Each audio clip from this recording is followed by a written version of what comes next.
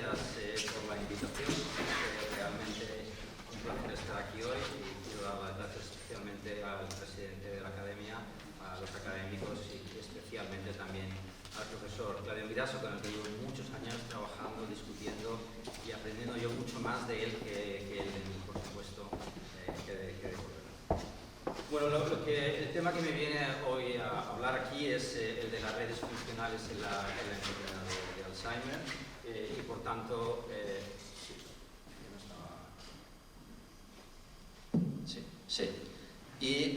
pues para ver una perspectiva algo diferente de esta enfermedad. Quizás siempre hemos hablado de la enfermedad de Alzheimer como una patología muy relacionada con las acumulaciones de proteínas, pero poco hemos empezado a mirarla desde otra perspectiva de la disfunción sináptica, que es un poco más la perspectiva que yo les voy a traer hoy y cómo esto afecta a la organización de las redes, de la comunicación entre diferentes poblaciones de diferentes regiones del cerebro e incluso cómo puede inspirar nuevas avenidas de tratamiento en esta enfermedad. Es un poco la idea que vengo a traer. He dividido la conferencia en varias partes, una parte de investigación clínica, correlación de los biomarcadores electroencefalográficos o magnetoencefalográficos con biomarcadores tradicionales de amiloide, de tau, etc. Y después también algunas ideas sobre cómo diferentes tratamientos o intervenciones podrían modificar estos parámetros que yo voy a hablar ahora, que están relativamente alterados en la enfermedad. Bueno, no sé qué he hecho aquí. Y finalmente hablaré de un ensayo clínico que estamos haciendo a nivel europeo, precisamente inspirado bajo esta trayectoria que hemos hecho a lo largo de estos años. Hemos conseguido que la Unión Europea nos financiara un gran proyecto en muchos países para poder validar precisamente en un estudio doble ciego todos los hallazgos que ahora les voy a presentar. Entonces, bueno, simplemente empezando con la enfermedad de Alzheimer, típicamente donde nos mueve el diagnóstico de esta enfermedad desde el punto de vista de los biomarcadores es en este eje que planteo aquí, que está muy bien validado y muy bien estudiado por autores en Estados Unidos, en el norte de Europa, sobre el eje ATN, que es amiloide, tau y neurodegeneración. Son las tres claves que tenemos para establecer un buen diagnóstico, un buen conocimiento de la enfermedad. Y todo se ha basado en esto, todos los tratamientos, todas las aproximaciones se han basado en este eje de si eres amiloide positivo, eres tau positivo o tienes neurodegeneración. Y bajo este paradigma, que puede variar en estas tres condiciones, como pueden ver en las diferentes permutaciones que pueda tener estos parámetros, la idea de si tienes una enfermedad de Alzheimer o no tienes una enfermedad de Alzheimer. Y en base a esto se han construido o desarrollado múltiples intervenciones, como recientemente el lecanemab, que tiene aproximadamente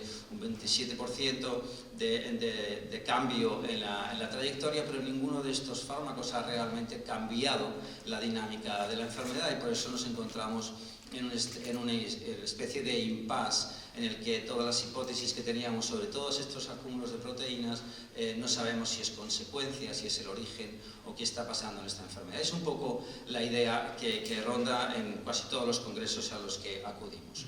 Lo interesante de esta enfermedad es que es una enfermedad que comienza aproximadamente 20 años antes de que aparezcan los síntomas. Esto es un concepto que cambió radicalmente a partir del año 2010-2011, en el que diferentes investigadores dijeron: no podemos conceptualizar la enfermedad de Alzheimer como el momento de la demencia, el momento en el que aparece todo el deterioro cognitivo, sino esto realmente es una enfermedad que tiene un proceso que comienza alrededor de 20 años antes de que aparezcan los síntomas clínicos. Así que se estableció lo que se denominó los estadios preclínicos, las quejas subjetivas cognitivas, el estadio de deterioro cognitivo leve y finalmente la demencia. Pero es un proceso muy largo en el que diferentes aspectos neuropatológicos van ocurriendo. Típicamente se describe como al principio ocurre unos 20 años antes, ya empiezan a acumularse la proteína beta-amiloide.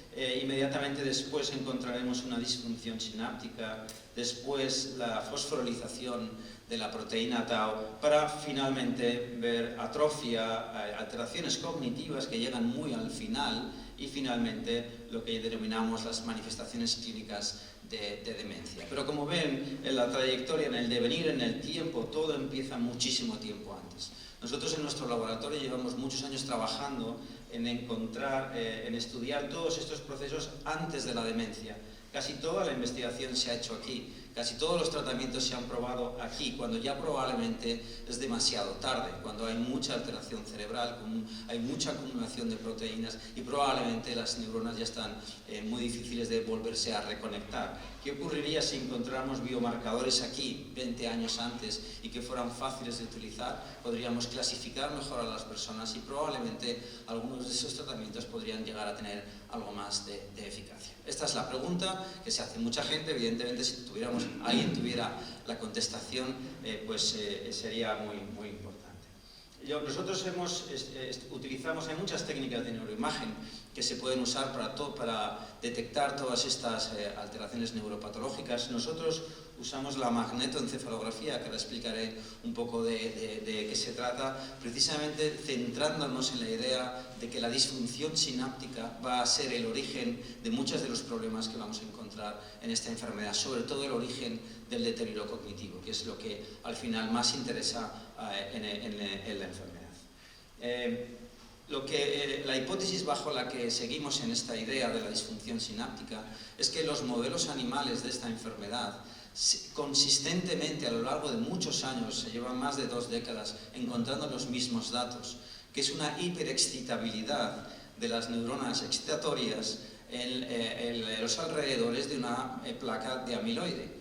Y esto el profesor Javier de Felipe, uno de los directores del Human Brain Project, que tenemos el honor que sea un español, uno de los 5 directores de este gran proyecto europeo, pues él descubrió cómo, donde está la placa de amiloide aquí en azul, pues verían cómo no hay prácticamente contactos GABAérgicos. En rojo serían los contactos GABAérgicos, y aquí es donde, si ven en esta diapositiva, se colocaría la placa de amiloide, y la placa de amiloide está haciendo un efecto tóxico sobre los terminales GABAérgicos. Por tanto, si desaparecen los terminales GABAérgicos, muy probablemente las neuronas excitatorias estarán con una alta excitabilidad y, por tanto, ocurrirán una serie de acontecimientos que veremos después. Esto fue medido por el profesor Buske y Conners. En el 2016 publicaron un artículo muy importante, muy relevante en la ciencia de la enfermedad de Alzheimer, que encontraron cómo precisamente en la vecindad de las placas de amiloide encontraban neuronas piramidales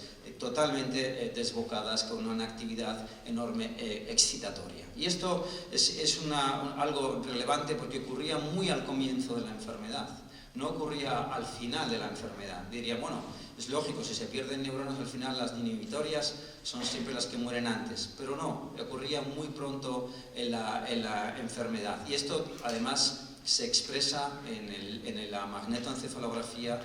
En muchos estudios, y nosotros hemos publicado recientemente un estudio junto con la Universidad de Houston, de que hay actividad epileptiforme medida con magnetoencefalografía que no se ve clásicamente con electroencefalografía en sujetos que pueden estar en riesgo de la enfermedad, pero mucho tiempo antes de desarrollar la enfermedad. Así que esta hiperexcitabilidad es muy importante, y hay una razón, porque a mayor excitabilidad, más residuos o más liberación de beta-42 en el espacio extracelular, y por tanto mayor segregación de la beta-42, mayor probabilidad de que se conviertan en placas, primero en oligómeros y finalmente en fibrillas y luego en placas, y esto hará que sea más difícil limpiarlas.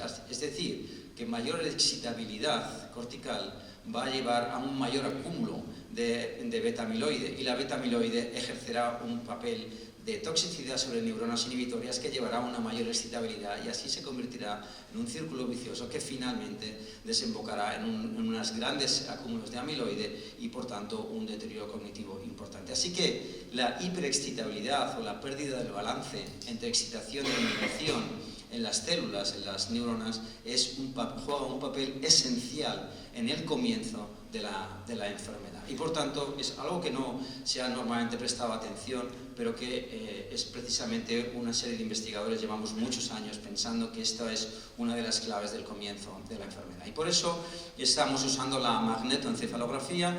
Magnetoencefalografía es igual que electroencefalografía, en el sentido, lo único que cambia es el prefijo, en vez de electro es magneto, con lo cual lo que estamos haciendo es medir campos magnéticos. En vez de medir corrientes eléctricas, vamos a medir campos magnéticos. Cualquier corriente eléctrica tiene asociado, se deriva de ella un campo magnético. Son campos magnéticos muy débiles, 10 elevado a menos 15 teslas, con lo cual es en el orden del femtotesla, es realmente muy pequeñito. Siempre yo digo que una persona con un tatuaje de color, es decir, que tenga color rojo, etcétera, genera más campo magnético que el que genera el cerebro. Y muchas veces cuando nos viene algún estudiante así muy tatuado, pues no le podemos hacer una magneto, porque generan mucho campo. Yo no sé qué llevarán esas pinturas, pero yo no me pondría una, desde luego. Si genera tanto campo magnético, probablemente algún material ferromagnético llevará, no son pinturas tan naturales, pero bueno, esto es aparte. Así que con esta técnica, la magnetoencefalografía, podemos observar la actividad cerebral sin la distorsión del cráneo, de los huesos ni de los tejidos. ¿Por qué? Porque el campo magnético atraviesa los tejidos biológicos prácticamente como si fuese el aire y no se atenúa al paso de estos tejidos como sí se hace, por ejemplo, en la corriente eléctrica. La corriente eléctrica encuentra una resistencia para salir fuera y poderse medir en el scalp, y sin embargo el campo magnético es prácticamente transparente el cráneo a su paso, con lo cual es mucho más fácil de medir. Podemos medir muchas más variedad de frecuencias, variedades de actividades y ser mucho más preciso en la localización del lugar del origen de las corrientes eléctricas.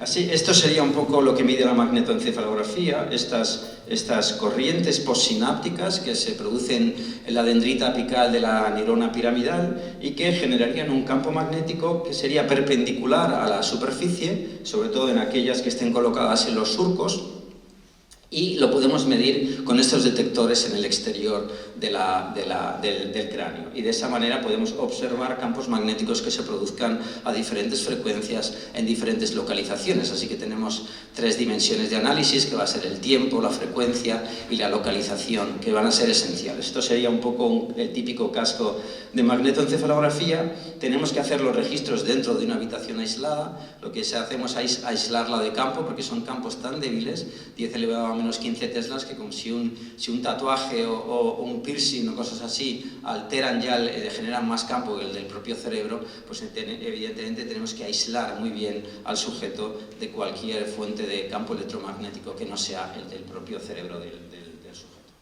Este es el típico, parece un secador de pelo, pero es una magnetoencefalografía, donde el sujeto se sienta y solamente introduce la cabeza aquí dentro y el equipo no emite nada al sujeto, sino es el sujeto el que emite al equipo. Es decir, que de forma natural estamos todos nosotros emitiendo campos magnéticos. De hecho, se emite campo magnético y hay magnetoencefalografía fetal aproximadamente desde las 35 semanas. Se puede observar el campo magnético del cerebro del niño.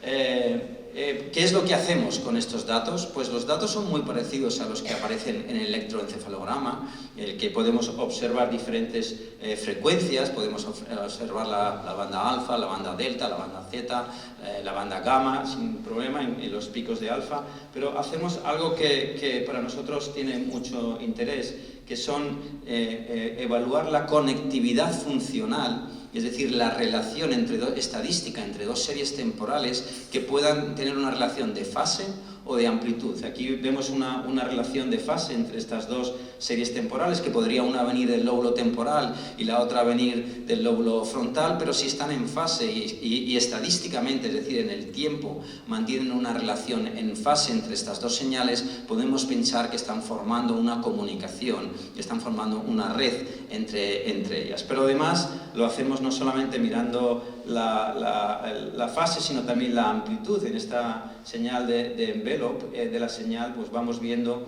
como si las 2 amplitudes también correlacionan entre 2 series temporales. Así que sí que tenemos 2 buenos parámetros para medir y establecer una red, como es la fase y la y la amplitud. A partir de ahí pues hacemos matrices de correlaciones con diferentes parámetros para establecer formas de red, de comunicaciones entre zonas del cerebro, y podemos analizarlo bajo ideas como la teoría de grafos o otras formas de análisis de los datos.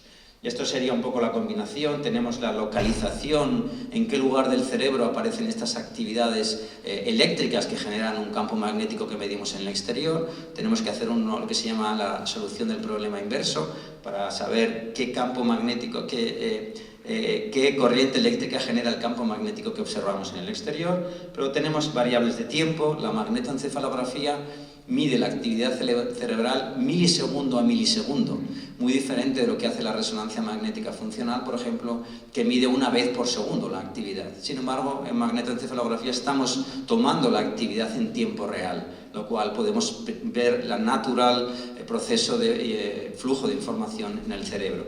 Y por último, estamos tomando datos sobre la frecuencia, y esto para mí es fundamental, porque es el lenguaje por el que se comunican las neuronas del cerebro. Siempre cuento la misma anécdota, pero recuerdo una vez que estaba con un compañero, estábamos en la típica fiesta después de un congreso, que estaba todo el mundo celebrando y tal, y ahí se estaba hablando muy alto, la gente hablaba muy alto, y al otro lado de la sala escuché una persona que estaba hablando en español, cuando todo el mundo estaba hablando en inglés. Yo estaba hablando con un chico alemán en inglés, dije, no puede ser, es imposible que yo esté escuchando esa conversación. Me dirán ustedes por dónde está yendo este hombre, pero está muy relacionado. Escuché aquella conversación y le dije al chico alemán, así funciona el cerebro. Claro, déjame que hable en español contigo, verás cómo se vuelven los que están al otro lado y me van a escuchar. Y así fue. Yo empecé a hablarle en español, el chico alemán no sabía nada de español, se reía mucho, pero a los 30 segundos los que estaban en el otro lado, que sabían español, se volvieron y les dije, neurona del piramidal, de la neurona del frontal, ¿qué tal las neuronas del temporal? Es decir, estábamos hablando la misma frecuencia. Y en ese ruido, que eran las señales cerebrales, que había múltiples conversaciones, unas frecuencias específicas permitían que yo me comunicara con ellos sin interrumpir otras conversaciones que se producían en otras frecuencias, en otros lenguajes. Y eso es exactamente lo que son las frecuencias en el cerebro. Por eso tenemos entre 0,1 y 3000 hercios. Por eso funcionan en ese rango multiplexado de información tan enorme el cerebro, porque ahí caben las comunicaciones y probablemente cambien los rangos de frecuencia y los rangos de comunicaciones. Pero ahí está la clave. Ahí está la clave de la comunicación y el lenguaje del cerebro para poderse intercambiar información. Por eso es tan importante poder ver la frecuencia. A partir de ahí, como les he explicado, establecemos redes y comunicaciones y podemos ir después a la teoría de grafos. Claro, todo esto es muy importante en medicina, como ustedes muy bien saben, y sobre todo para los laboratorios farmacéuticos con los que nosotros trabajamos de vez en cuando.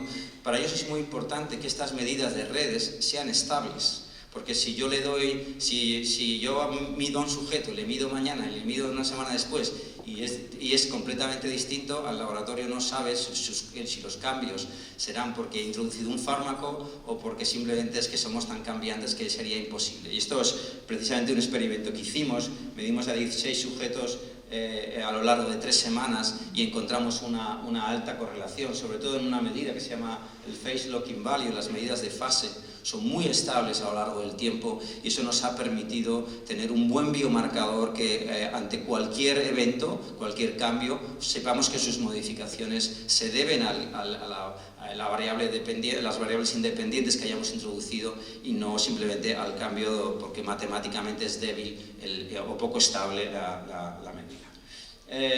Y esto sería, una pena no se ve, pero bueno, aquí se vería la dinámica, no se está observando. Es una pena, pero aquí se debería ver la dinámica de cómo se mueven en tiempo real. Esto es una tarea cognitiva, que le ponemos al sujeto una cara y luego le decimos que la reconozca, y aquí veríamos cómo en tiempo real, no se está observando, pero cómo en tiempo real se moverían o cómo se comunicarían las zonas del cerebro que se pueden observar con magnetoencefalografía. Bueno, esto lo tenemos colgado en nuestra página web, así que cualquiera puede verlo. Bueno, entonces vamos a ver estrictamente lo que hemos hecho en esta enfermedad. Lo primero es que, bueno, tenemos una gran base de datos, probablemente es la base de datos más amplia que hay en el mundo sobre magnetoencefalografía y enfermedad de Alzheimer, porque llevamos 20 años haciéndola, no por nada, pues se nos ocurrió hace 20 años empezar con esta base de datos y hemos ido acumulando mucha información y tuvimos la fortuna de ser de los primeros que se les ocurrió esta idea, así que hemos conseguido una enorme base de datos que ahora muchos otros laboratorios de otras partes del mundo usan y nosotros cedemos sin ningún problema, claro. En esta base de datos tenemos de todos los sujetos, tenemos magnetoencefalografía, resonancia magnética, tenemos genética, pruebas neuropsicológicas, actividad física, información clínica, marcadores neuroinflamatorios, nutrición y en algunos de ellos también tenemos biomarcadores de líquido cefalorraquídeo o de PET de amiloide, ¿no? Estos son variables importantes para tener. Entonces, ¿qué hemos encontrado cuando las personas están en este estadio, en el estadio de deterioro cognitivo leve? ¿Qué encontrábamos respecto a los controles? Pues encontramos algo muy interesante, que fue la tesis doctoral de David López Sanz, que fue en contra de nuestras hipótesis. Tengo que decir que nuestras hipótesis que habíamos escrito en el proyecto de investigación eran totalmente al contrario de lo que encontramos, lo cual me refuerza de que lo que encontramos es cierto. Porque muchas veces los científicos formamos una hipótesis y se nos cumple. Cuando eso pasa te quedas muy tranquilo, pero siempre piensas, igual he hecho un diseño para que ocurra esto, ¿no? Pero si cuando haces un diseño y te pasa todo lo contrario y dices, esta es la verdad, estoy completamente seguro. Pues es un poco lo que observamos aquí. Yo esperaba ver esto, una pérdida de la sincronía cerebral, una pérdida de esa sincronía según los pacientes tenían deterioro cognitivo leve, y esa pérdida de sincronía reflejaba una pérdida de la comunicación entre regiones del cerebro. Eso era lo lógico que tendría que pasar en esta enfermedad. Pero de pronto encontramos, sin quererlo, un incremento de la sincronía en regiones anteriores. Y todos los revisores, cuando fuimos a publicar este artículo, todos los revisores decían, bueno, eso es una compensación. En realidad, los enfermos están intentando incrementar la comunicación prefrontal hipocámpica para tener una mayor eficacia a la hora de realizar las cosas, etc. Y dijimos, bueno, podría ser, pero yo no me quedaba contento con esta idea, porque era algo que habíamos encontrado de manera muy poco esperada. Lo que hicimos fue una correlación entre esta hipersincronía y el rendimiento en pruebas neuropsicológicas, es decir, en pruebas de memoria, atención, etc., ¿no? Y lo que encontramos fue una relación inversa, es decir, a mayor sincronía, menor rendimiento en las pruebas cognitivas. Así que al revisor le contestamos, le dijimos, para ser una compensación es muy mala compensación, porque si tener mucha sincronía te lleva a hacer todavía peor las pruebas de memoria, no parece una cosa compensatoria. Así que discutimos mucho y el editor al final nos dio la razón y dijo, publicarlo como vosotros pensáis, que esto es una disrupción del equilibrio entre excitación e inhibición, lo que lleva a esta excitabilidad inicialmente y posiblemente después te llevará a una pérdida, a una ruptura completa de la red, pero al principio puede ser que esté ocurriendo esto. Entonces, claro, para contestar a esta pregunta nos fuimos un poco antes y miramos a sujetos que estaban aproximadamente en sus 65 años y que tenían quejas subjetivas de memoria.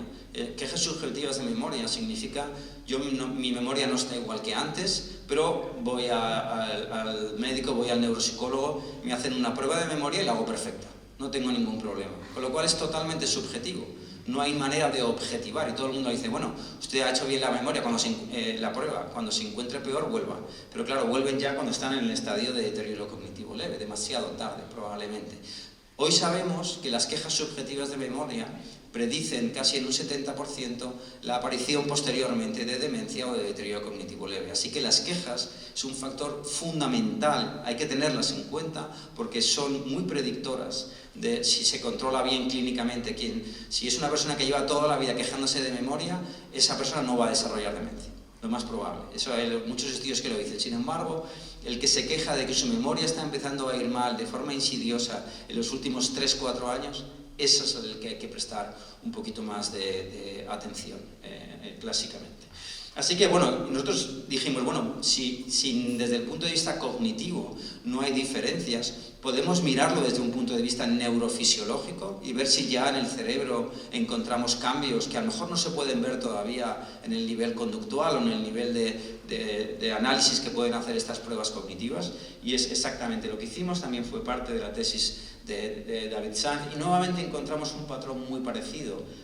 Pérdida de conectividad posterior, un incremento anterior, pero cuando comparábamos quejas subjetivas de deterioro cognitivo leve, era mucho mayor la pérdida de la conectividad posterior en los deterioros cognitivos leves que en las quejas. Es decir, todavía estaba en un estadio llegando a tener deterioro, pero no completamente del todo. Pero era importante porque este parámetro objetivaba lo que estaban diciendo las personas. No se quejaban porque sí, sino porque ya estaban teniendo una disrupción de la red y por tanto podíamos objetivar esta queja y era por tanto ya no era algo que clínicamente podemos tener una medida para observarlo.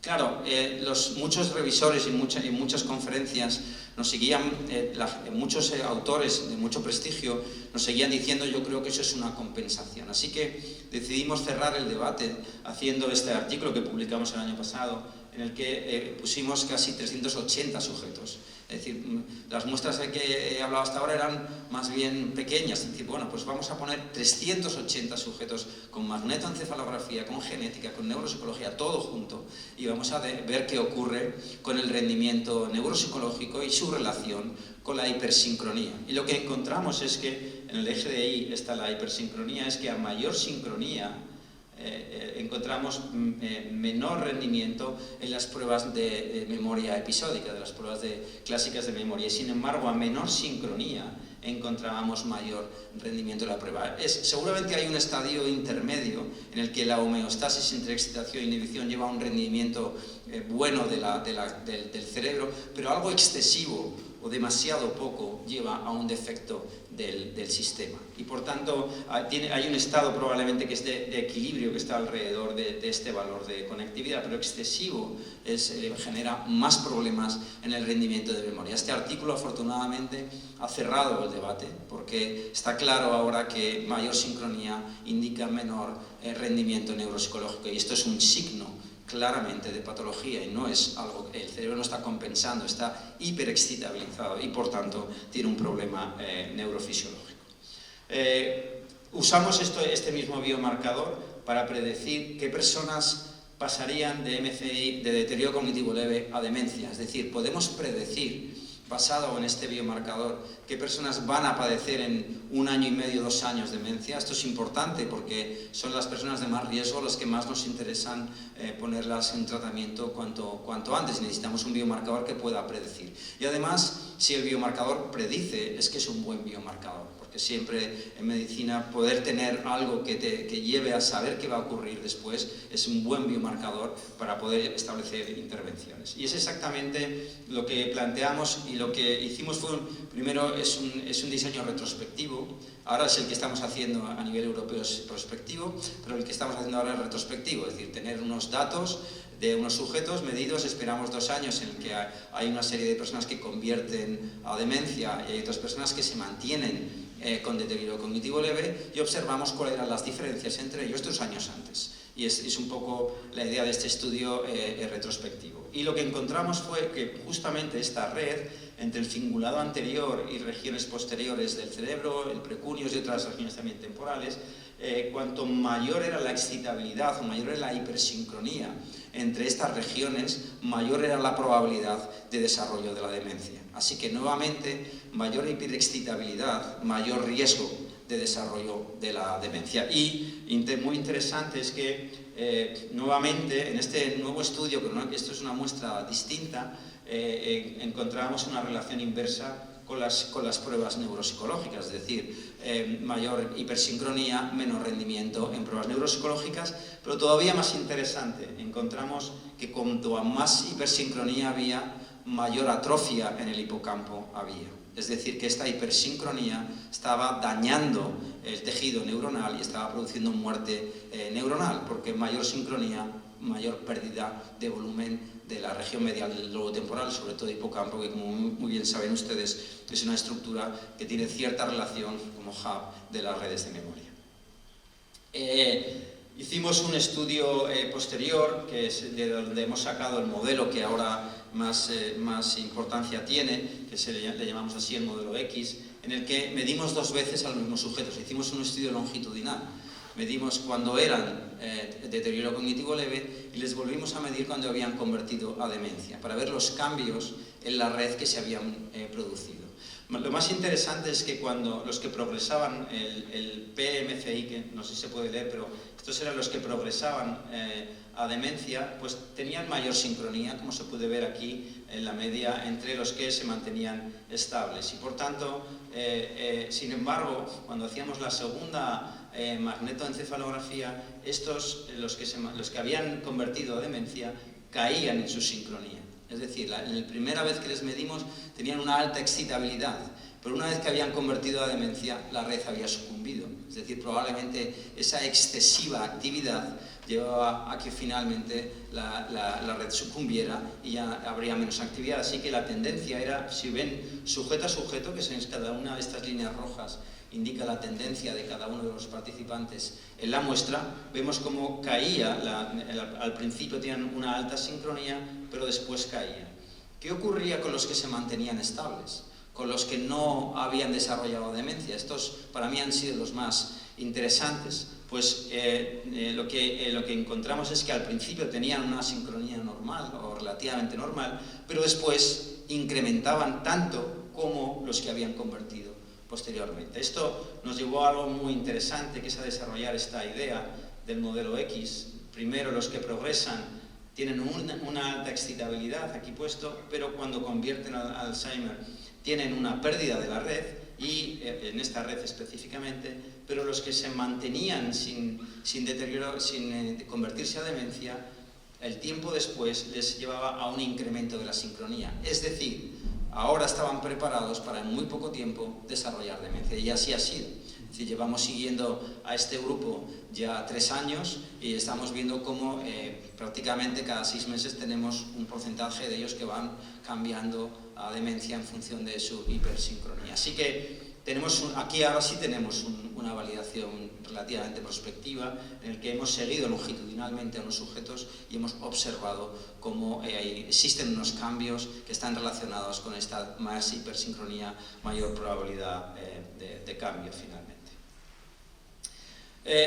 Lo que era muy importante es relacionar esto biomarcador, porque esto es un biomarcador neurofisiológico. Yo puedo decir, bueno, tienes un buen biomarcador que lo podrías hacer con un electroencefalograma si quieres también, probablemente, lo haces con MES, que es un poco más refinado, pero ¿y esto qué relación tiene con la enfermedad? Podría ser un epifenómeno y a lo mejor no estaría nada relacionado con la enfermedad, y esto era una crítica importante que nos hacían algunos autores. Así que empezamos a establecer relaciones con los biomarcadores tradicionales que se utilizan en la enfermedad.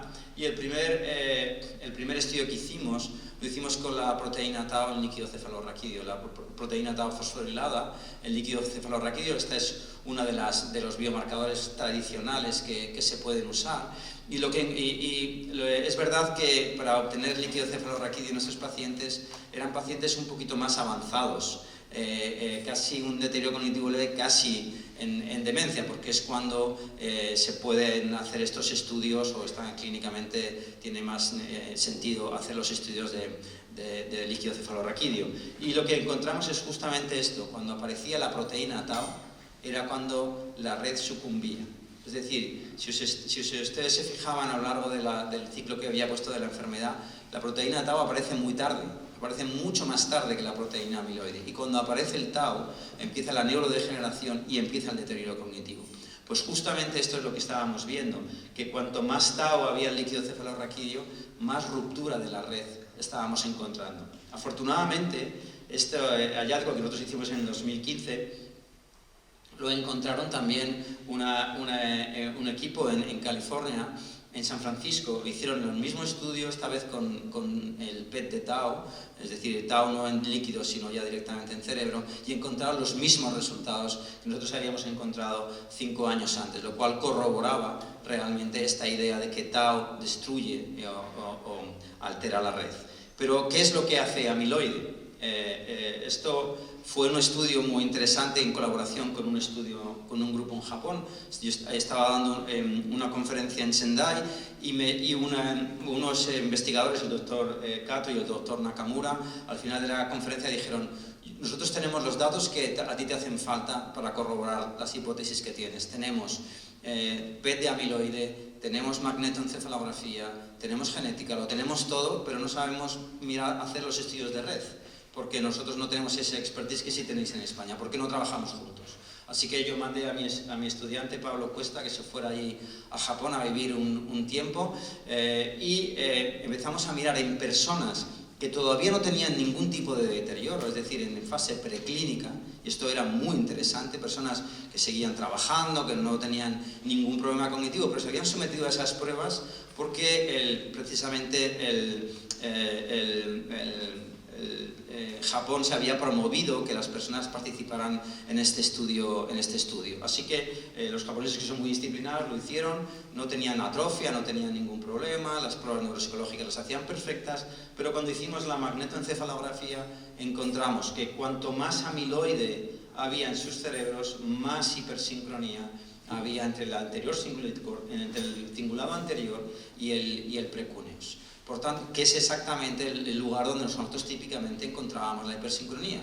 Así que estábamos empezando a decir que estas personas, 20 años antes de padecer ningún síntoma, ya estaban teniendo hipersincronía cuando había presencia de amiloide en sus cerebros. Y por tanto, el amiloide podría ser fácilmente una causa de esta hipersincronía. Y eso ocurría 20 años antes. Este fue un trabajo que tuvo mucho efecto porque realmente validaba muy bien nuestras hipótesis. Volvimos a hacer lo mismo con un grupo en Pittsburgh. Tuvimos la suerte de que un grupo en Pittsburgh nos dijo lo mismo: oye, yo tengo los mismos datos que tienen los japoneses, vamos a analizarlos juntos, y lo volvimos a hacer y nos volvió a salir lo mismo. Esto está a punto de publicarse, es de Ricardo Bruña, y nuevamente hemos encontrado lo mismo. Allí donde hay más amiloide, allí en las regiones donde hay más amiloide, también hay más hipersincronía. Así que podemos validar muy bien los modelos animales que se encontraban más amiloide, más destrucción de neuronas inhibitorias, pues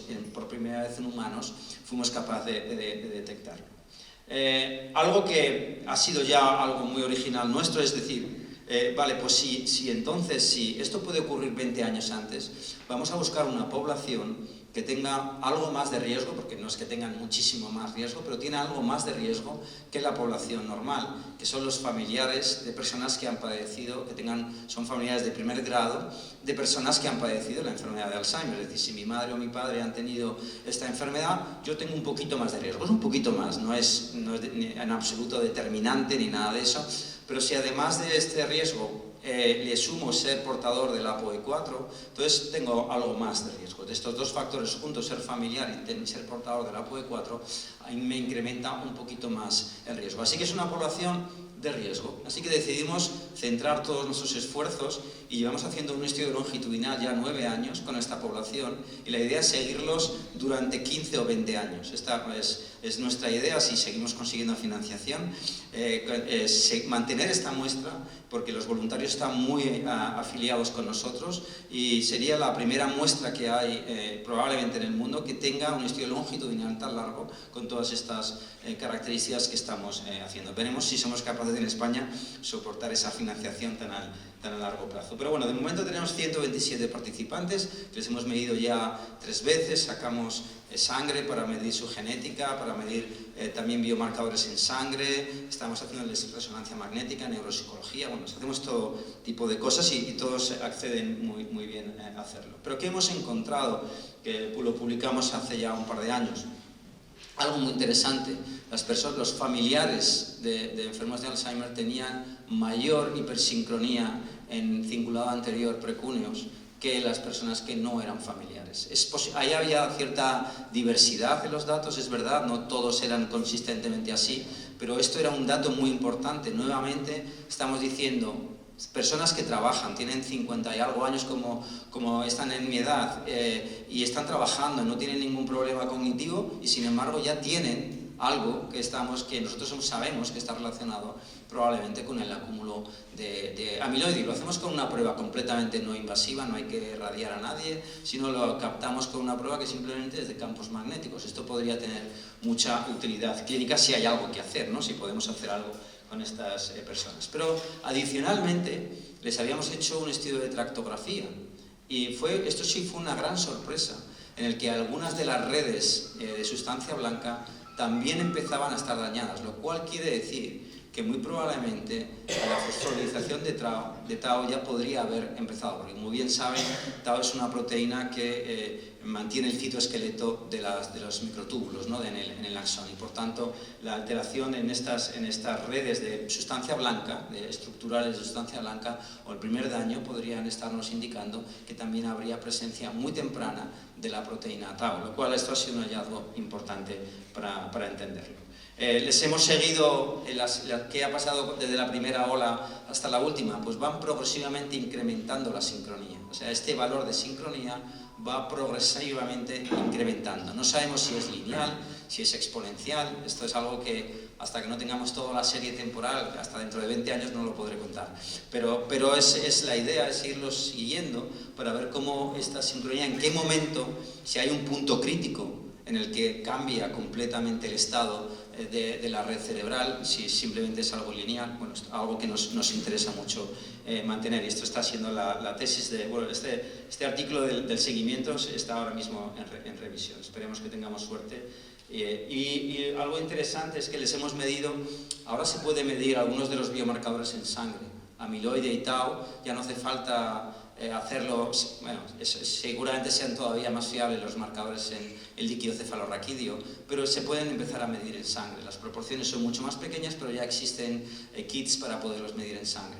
Y nosotros estamos midiendo una familia del Tau fosforilada, que es el 231, que sabemos que comienza muy pronto, aparece muy pronto en la enfermedad, porque los modelos animales se observan muy bien. Así que, y hemos observado precisamente esto, que hay una relación en la aparición de esta proteína en sangre con la hipersincronía. Así que todo vuelve a tener sentido, volvemos a encontrar estos biomarcadores en relación con lo que ocurre en la enfermedad. Voy a terminar muy rápidamente con, pues muy bien, ya tiene usted un biomarcador, ¿y ahora qué? Pues ya sabemos que 20 años antes usted puede, pero no hay nada que hacer, ¿a quién se lo va a contar? ¿Qué iban a hacer con ellos? Entonces, esto nos ha obsesionado, esta pregunta que me hicieron precisamente en una charla en una asociación de Alzheimer. Me dijeron, precioso, pero ¿para qué nos vale esto? No vale para nada. Yo dije, hombre, siempre está muy bien tener la variable dependiente, porque si ahora vamos a utilizar cualquier variable independiente, sea tratamiento farmacológico o lo que sea, por lo menos sabemos qué es lo que tiene que cambiar. Y ahora antes no lo teníamos, ahora tenemos algo fácil de medir que pues sabemos cómo tiene que cambiar. Y empezamos precisamente, como decía el doctor Viraso en la presentación, a mirar, por ejemplo, si cosas que se habían hecho tradicionalmente, como el entrenamiento cognitivo, realmente valía para algo o no valía para modificar este estado de hipersincronía de la red. Y esto fue exactamente lo que esta estudiante, que es físico y que ha trabajado en este estudio con unos compañeros de Finlandia, pues hicimos el estudio, sometimos en un ensayo clínico bien hecho, unos se sometían a terapia cognitiva, otros no, otros hacían placebos, es decir, teníamos un ensayo bastante bien, pero aquellas personas que no, por ejemplo, de quejas subjetivas de memoria, que no se sometían a un tratamiento cognitivo, en el tiempo, en ese estudio longitudinal, tendían a incrementar la sincronía, es decir, empezaban a estar peor sus cerebros.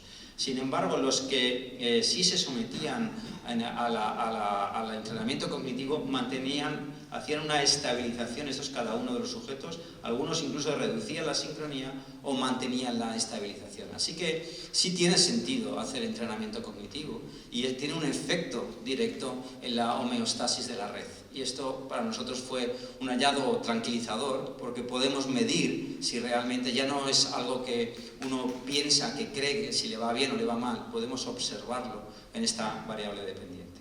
Otro factor importante que se ha empezado a ensayar son antiepilépticos. Dirán, bueno, si hay una excitabilidad, un exceso de excitabilidad cortical, lo que habrá que es reducir esa excitabilidad para que no incremente la neurodegeneración. Y esto se hizo este estudio lo han hecho en Estados Unidos. Aquí no nos lo dejaron hacer. Porque decían, bueno, los antiepilépticos no se usan en estados muy iniciales de la demencia, con lo cual no están aprobados, esto no los puede usar. Dijimos, qué pena. Pues se nos adelantaron un grupo de Estados Unidos, lo hicieron y les salió muy bien. Que fue pues el usar en pacientes que tenían deterioro cognitivo leve, le empezaron a darle tirozepan y precisamente encontraron que al reducir la excitabilidad mejoraba la función cognitiva. Así que el antiepiléptico probablemente no cure, evidentemente no cura esta enfermedad, no hay nada que cure, pero sí disminuye la tendencia al deterioro cognitivo, lo cual es algo que era muy importante. Y de hecho, bueno, aquí está el ensayo, se hizo primero con animales y no lo tengo aquí puesto, pero vamos, lo que encontraban es que al final mejoraba la función cognitiva e incluso mejoraba también el volumen de hipocampo. Lo cual, bueno, esto fue una gran noticia porque parece que puede ser algo que sea coadyuvante como un tratamiento para la enfermedad, este control de la hiperexcitabilidad. Y algo que también nos empezó a interesar, y esto lo hemos hecho en colaboración con el catedrático de la Facultad de Farmacia y Nutrición de la Complutense, fue mirar si los hábitos alimenticios también podían modificar esta homeostasis o podían mejorar la homeostasis entre la excitabilidad y la inhibición. Y lo que encontramos fue algo muy interesante. Cogimos a familiares de enfermos de Alzheimer que tuvieran sobrepeso y lo comparamos con controles que tenían sobrepeso. Y mira, es decir, los dos no tenían una buena dieta, está claro. Pues lo que encontramos es que solamente los familiares tenían la hipersincronía al tener sobrepeso. Los familiares que no tenían sobrepeso, la hipersincronía prácticamente no aparecía, pero los que tenían sobrepeso sí. Con lo cual, esto es una variable importante, el estilo de vida influye completamente en la dinámica de esta enfermedad y por tanto los nutrientes, la dieta mediterránea es algo muy relevante para poder retrasar la enfermedad. Esto ya lo han dicho en algunos estudios como el proyecto Finger, que dice se puede retrasar hasta 10 años si haces 150 minutos de actividad física, si tomas dieta mediterránea y si tienes una alta actividad cognitiva. Con eso puedes retrasar la enfermedad 10 años. Con lo cual, si la media de aparición de la enfermedad es a los 75, a lo mejor no lo voy a padecer nunca. Y esto es lo que dicen los estudios Finger y nosotros un poco lo estamos viendo con esta medida. De hecho, lo hemos hecho solamente con omega 3. Hemos hecho el ratio entre omega 3 y omega 6 para saber si el omega 3 es beneficioso. Lo que hemos encontrado es que precisamente cuanto mayor consumo de omega 3, menos hipersincronía. Es decir, que el consumo de omega 3 hace que también se estabilice la relación entre excitación e inhibición de la red, en esta relación sináptica entre las células cerebrales. Por lo tanto, este todavía no está mandado a publicar, pero es algo que vamos a publicar, espero, en breve. Y termino ya con lo del ensayo clínico, que diré dos palabras de él. Este es un estudio clínico multicéntrico, ciego, que se utiliza la siempre recurrente inteligencia artificial, pero esta era la manera de hacerlo ciego. Aquí vamos a dejar un algoritmo que nos diga si realmente clasifica y predice quién va a usar demencia basado en la idea de la hipersincronía.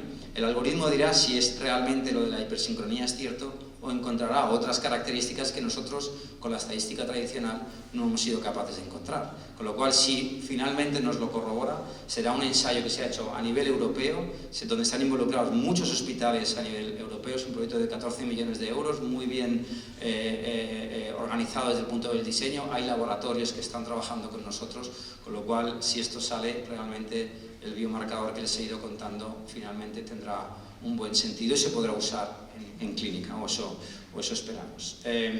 Bueno, quiero terminar, estas serían las conclusiones, pero un poco ya los he ido comentando. Pero me gustaría agradecer sobre todo a todas las personas que trabajan conmigo. Es un equipo un poco Torre de Babel, ¿no? Donde hay muchos psicólogos, hay médicos, hay físicos, hay ingenieros, hay matemáticos, pero la ciencia es así hoy en día, es muy multidisciplinar y permite que la colaboración de todas las perspectivas juntas podamos encontrar hallazgos mejores. Muchísimas gracias por su atención.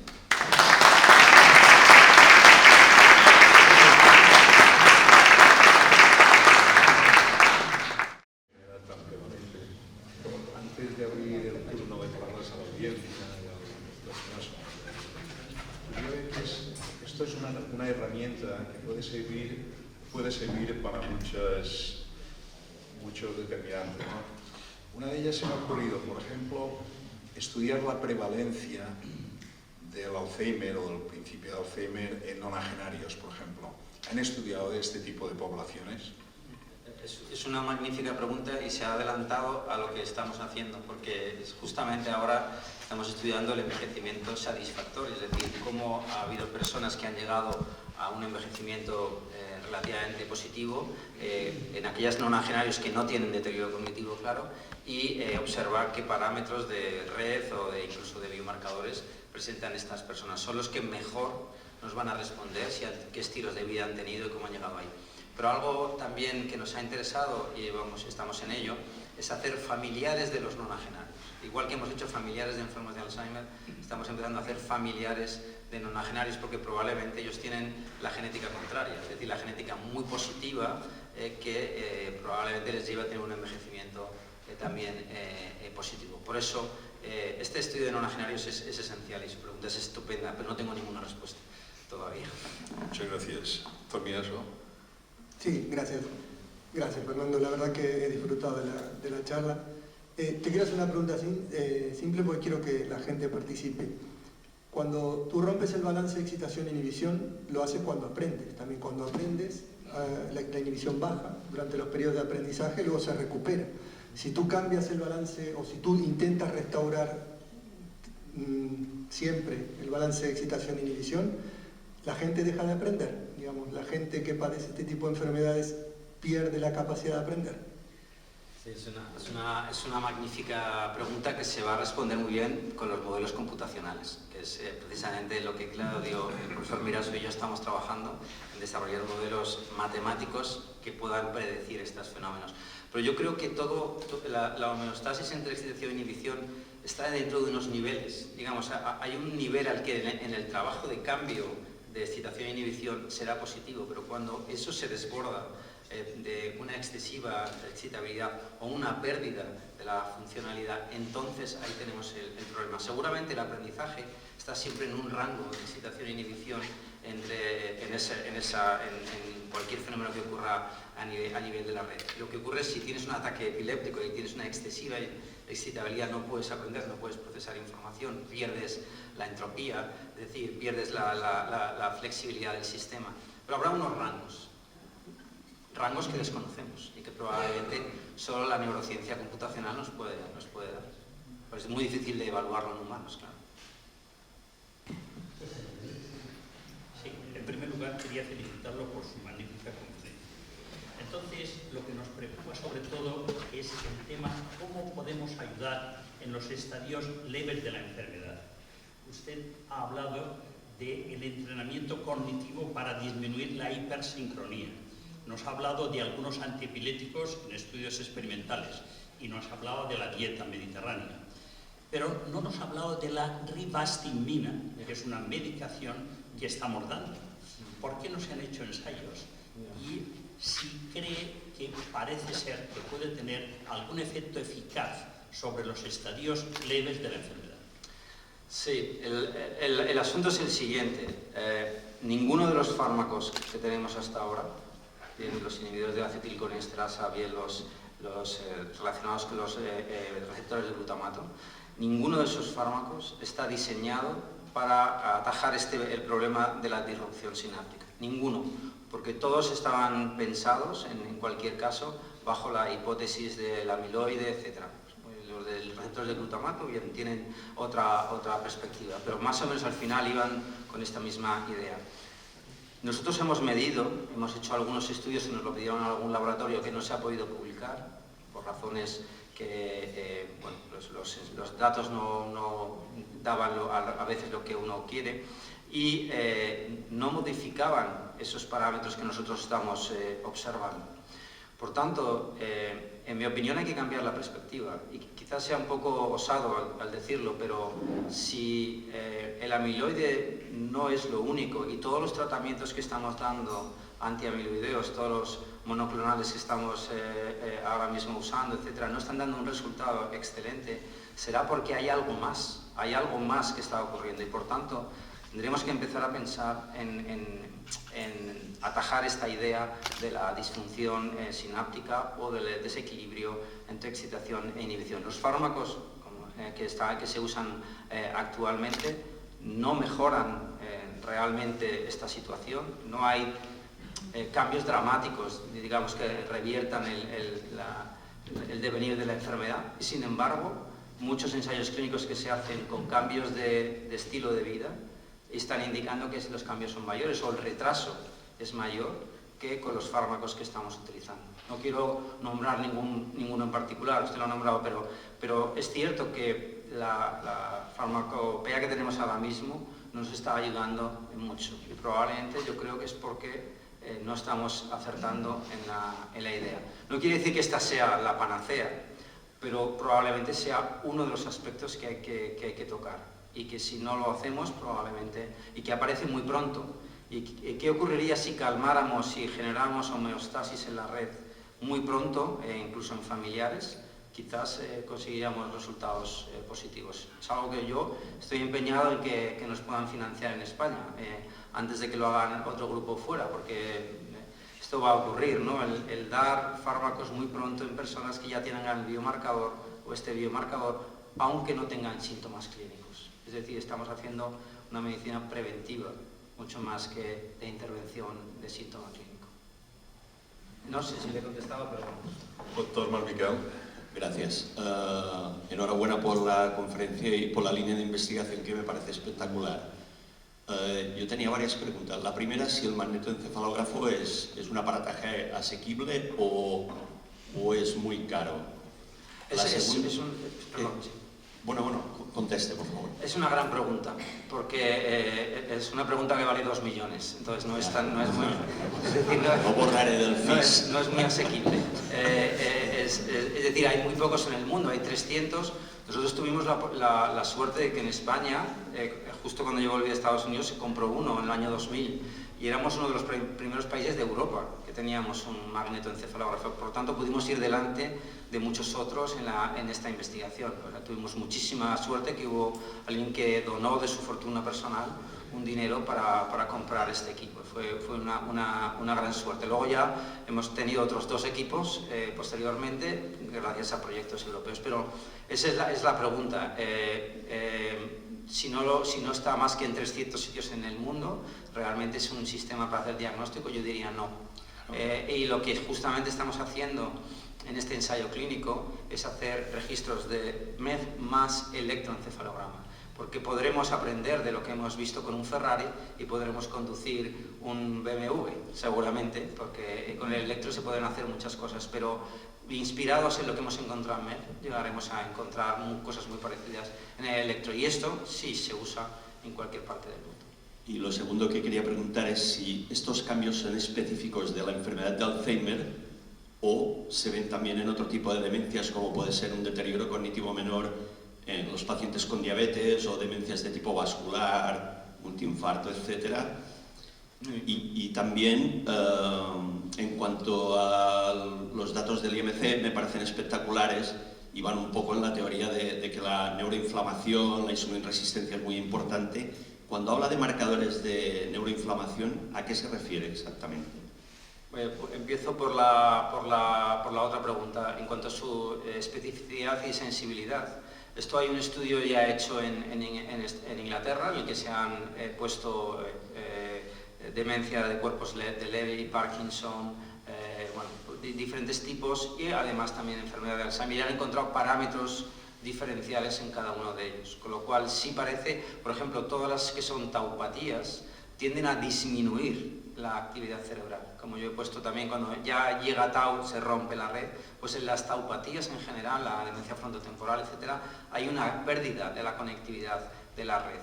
Y solamente en la que juega un papel el amiloide es donde encontramos al inicio la hiperexcitabilidad. Esto lo han publicado ellos, no nos ha dado tiempo a todo, a nosotros, y ellos han publicado esta cierta especificidad. Después de los mecanismos de neuroinflamación, nosotros estamos intentando encontrar relaciones entre la neuroinflamación, sobre todo fijándonos en marcadores de interleuquinas y de TREM2 en sangre, para saber si hay una relación entre la presencia de estos marcadores de inflamación con la conectividad cerebral. Hay muchas teorías, de hecho el lunes que viene tengo que dar una charla en Helsinki sobre justamente esto, si la neuroinflamación sería un factor proclive a generar hiperexcitabilidad, y hay estudios en animales interesantísimos que indican cómo la microglía ejerce de barrera, se impone cuando hay una alta activación de la microglía, se pone entre la neurona inhibitoria, físicamente entre la neurona inhibitoria y la neurona excitatoria, generando una barrera para que no haya comunicación entre la inhibición y la neurona piramidal. Es algo sorprendente, pero se ha encontrado de forma relativamente consistente en estudios animales. Ellos piensan que es porque así vamos a incrementar el círculo de Krebs, etcétera, y ahí la neurona se va a poder defender mejor. Bueno, ellos establecen esa hipótesis, pero a nosotros nos ha dado una gran clave de cómo la neuroinflamación está afectando a este balance entre excitación e inhibición. Ahora estamos, a todos nuestros sujetos que tenemos la sangre guardada, nos hemos puesto a analizar inmediatamente todos estos factores de neuroinflamación en sangre para ver la relación que puedan tener con esta hiperexcitabilidad. Y esto yo creo que es un camino, el de la microglía y astrocitos, muy interesante. Gracias. Doctor Garau. Felicidades por la magnífica conferencia. Mi pregunta tiene que ver con si esta hiperexcitabilidad es constante, es fija o cambia. ¿Hay un ritmo circadiano detrás de esto? ¿Qué pasa durante el sueño, por ejemplo? Es una gran pregunta a la cual no tengo respuesta. No hemos hecho ese estudio durante el sueño, no hemos hecho en un mismo sujeto durante el día cómo cambia. Lo que sí sabemos es que tiene una relativa estabilidad, es decir, el sistema deja de ser un sistema complejo. Bueno, y de hecho esto es algo que estamos haciendo con el doctor Miraso, y esta mañana hemos estado discutiendo una fantástica exposición de resultados con unos de sus estudiantes, y precisamente el sistema deja de tener entropía, deja de tener cierto caos, que es realmente cómo funciona bien nuestro cerebro con un como sistema estocástico, ¿no?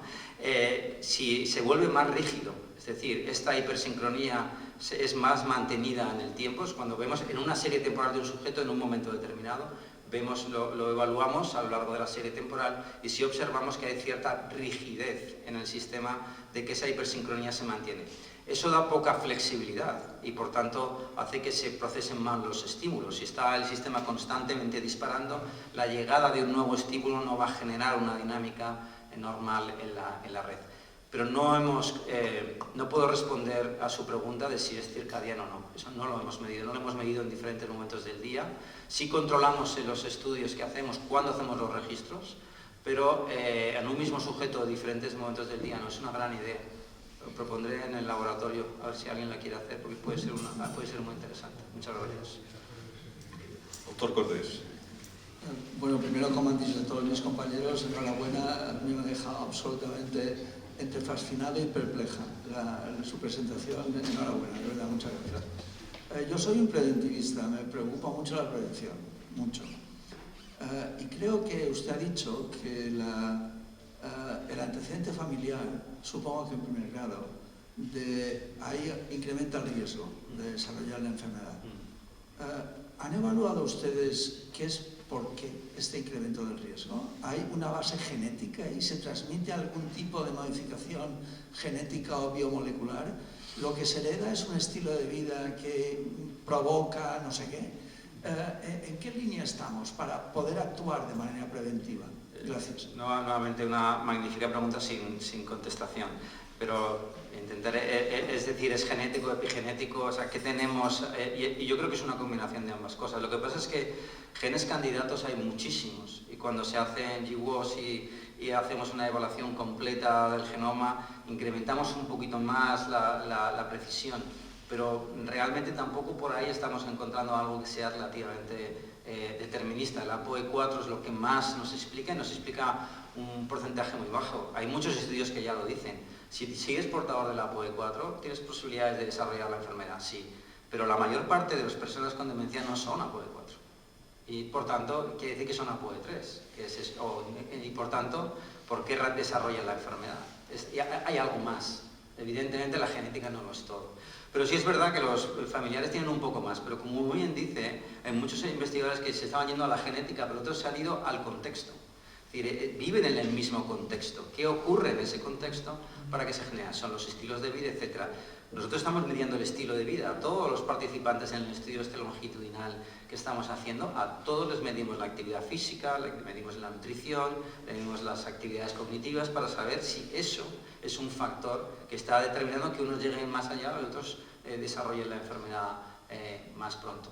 No sé cuándo tendremos una respuesta, pero algunos de nuestros familiares ya empiezan a tener 65 y por tanto ya empezamos a estar en épocas cuando lleguemos 6 años más podremos ya tener datos mucho más realistas. Pero yo estoy convencido que es una combinación de ambas cosas. Esta es una enfermedad compleja, no es una enfermedad simple. Muy bien, ¿alguna pregunta, alguna intervención? Adelante. Bueno, muchísimas gracias por su conferencia. Yo soy una ciudadana de a pie, pero con mucha curiosidad. No tengo ninguna formación científica, pero sí me gustaría preguntarle, entre la sociedad, entre la gente, se habla, esta persona tiene demencia senil, esta persona tiene Alzheimer. Entonces, ¿cuál es la relación? Uno se queda un poco pensando, bueno, ¿y qué relación habrá entre una cosa y la otra? Y luego preguntarle si estas enfermedades forman parte de lo que ahora se habla tanto, que es la salud mental, o no, o es otra clasificación. Respecto a la nomenclatura de las cosas, esto ha ido cambiando mucho en el tiempo y hoy en día el término demencia senil es estrictamente, al menos en el plano científico, no se usa y se ha hecho más una clasificación de demencias específicas en base a alteraciones que tengan las células o de acumulación de esas proteínas de las que estoy hablando. Es una clasificación que se puede hacer desde el punto de vista neuropatológico o clínico, pero se han reglamentado subtipos de demencia muy concretos. La idea de demencia senil era cuando no teníamos una idea tan clara de cuáles eran las clasificaciones, pero hoy tenemos una variedad de ideas de la neuropatología por debajo de muchas de estas enfermedades. Por eso, es un problema de salud mental. Es un problema de salud mental porque hay un problema cognitivo, hay un deterioro cognitivo y muchos de estos pacientes en algún momento de su enfermedad incluso sufren algunos trastornos de conducta importantes que tienen que ser tratados con algunos fármacos precisamente muy relacionados con lo que es estrictamente los problemas psiquiátricos. Por tanto, sí, yo diría que claro que lo es un problema de salud mental. Es distinto, a veces existen los problemas mentales sin problemas biológicos, yo creo que no. Yo creo que todos los problemas del cerebro dan como origen diferentes subtipos de síntomas clínicos, etcétera, que llevan a diferentes formas de enfermedad, pero todos tienen una base común, biológica, y podemos llamarle a eso enfermedad mental. Sí, yo creo que sí, podríamos decir que esto es de alguna manera una enfermedad mental porque lleva a trastornos cognitivos y psiquiátricos, pero con una base biológica. La mente sin el cerebro, en mi opinión, no tiene mucho encaje. Yo quería hacerte una pregunta cortita también. Cuando tú mires muchas correlaciones, y las correlaciones muchas veces no nos dicen quién causa las cosas. Entonces la pregunta es, ¿tenéis en mente algún indicador que os ayude a decir qué causa qué cosa? Ya. No, estrictamente es así. correlación no es causalidad, eso es así. Ahora, sí ayuda a saber que existe una cierta relación entre variables, eso es así. Ahora, hay que hacer experimentos específicamente en el que yo creo que esto ya es formar parte más de los estudios animales o de los modelos computacionales, en los que puedas decir si incremento la excitabilidad ocurre en estos parámetros de red, y esto es, bueno, ya lo contesto directamente con los estudios que estoy haciendo con el doctor Miraso. Ahora podemos ver los estudios de las redes del magnetoencefalografía y podemos reproducir con modelos de Neural Mass ciertos parámetros de lo que ocurre en la realidad, es decir, con matemáticas podemos reproducir la actividad que existe real en el cerebro. Si en esos modelos matemáticos, que ya es un buen lugar donde empezar a cambiar parámetros, yo puedo cambiar excitación e inhibición. Si yo puedo en ese modelo matemático reducir la inhibición o incrementar la excitación y cambia de manera que puedo convertir a un control en un paciente y a un paciente en un control, entonces ya dejo de tener correlaciones para tener métodos de causalidad. Y por eso la neurociencia computacional está revolucionando, en mi opinión, mucho más que la inteligencia artificial, por cierto, porque la neurociencia computacional da mecanismos explicativos, mientras que la inteligencia artificial, muchos de ellos es una caja negra, donde no sabemos qué está haciendo. Aquí sí sabemos qué parámetros están cambiando y nos permiten contestar mejor a estas correlaciones. Ya no son correlaciones, ya son causa-efecto. Bueno, pues si no hay más preguntas o más intervenciones, quiero agradecer una vez más al profesor Maestu su intervención y a ustedes su asistencia. Se levanta la sesión.